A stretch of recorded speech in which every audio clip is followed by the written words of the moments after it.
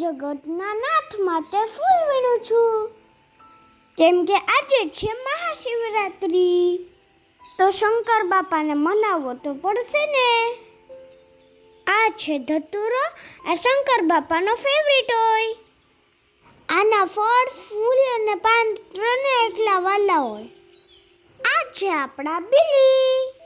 આ બીલીના પાન શંકર બાપાને ચડે અને આલ્પે એને વાલી હોય.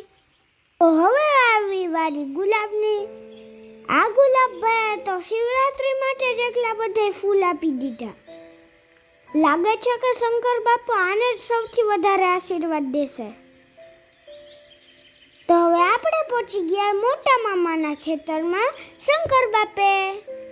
હું શંકર બાપાને નવરાવું છું, તો શંકર બાપાને નવરાવી લઈએ, પછી બાકીની પૂજા પાઠ કરશું. આ શંકર બાપા જમીનમાં દટાયેલા હતા, તો ખેતરમાં ખોદકામ કરતા હતા, તો ખેતરમાંથી મળ્યા. અહીંયા શંકર બાપાની સ્થાપના કરવામાં આવી. ઘણા વર્ષો પહેલા અહીંયા મંદિર હશે, એ સમય જતા દટાઈ ગયું હશે.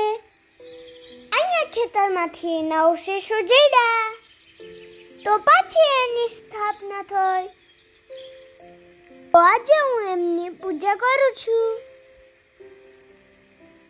મને શંકર બાપાની પૂજા કરવી બહુ ગમે.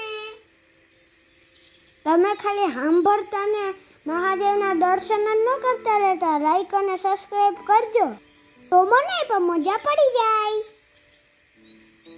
તો આ છે ખેતરનો વ્યૂ.